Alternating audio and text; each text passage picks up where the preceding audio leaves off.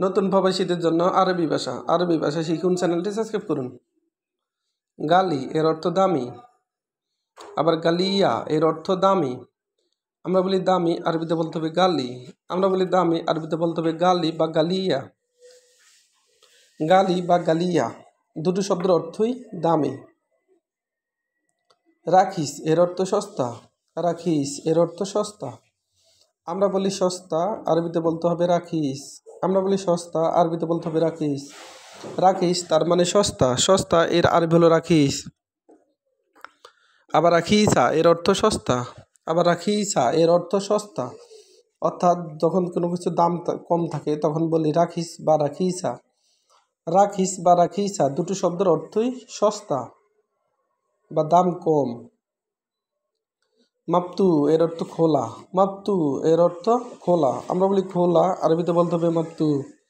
আমরা বলি খোলা, আরবিতে বলতে হবে মাপতু। আবার আমরা বলি খোলা, আরবিতে বলতে হবে মাপতুয়া। মাপতু এবং মাপতুয়া দুটি শব্দের অর্থই খোলা।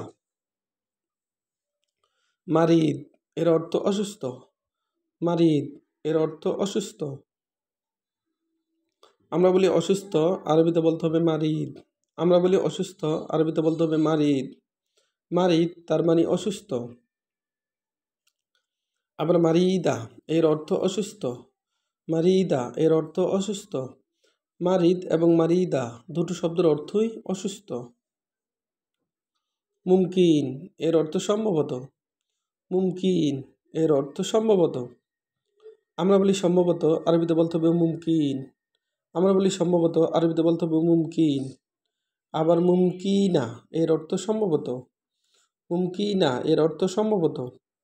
সম্ভবত এর দুটি শব্দ, যেমন একটা হলো মুমকিন এবং মুমকিনা, দুটি শব্দের অর্থই সম্ভবত। আবার এক নজরে দেখুন, গালি এর অর্থ দামি, গালিয়া, গালিয়া এর অর্থ দামি। গালি এবং গালিয়া দুটো শব্দের অর্থই দামি।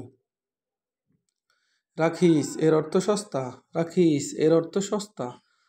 আবার রাখিসা এর অর্থ সস্তা, রাখিসা এর অর্থ সস্তা। আমরা বলি সস্তা, আরবিতে বলতে হবে রাখিস বা রাখিসা। মাপতু এর অর্থ খোলা, মাপতু এর অর্থ খোলা। মাপতু এবং মাপতুয়া দুটি শব্দের অর্থই খোলা।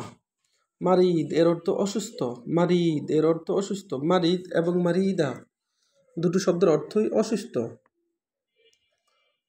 মুমকিন এর অর্থ সম্ভবত, মুমকিন এর অর্থ সম্ভবত। আবার মুমকিনা এর অর্থ সম্ভবত। ভিডিওটি ভালো লাগলে অবশ্যই সাবস্ক্রাইব করুন এবং শেয়ার করুন। পরবর্তী ভিডিও পাওয়ার জন্য বেল আইকনে ক্লিক করুন এবং ভুল ত্রুটি হলে ক্ষমার দৃষ্টিতে দেখবেন।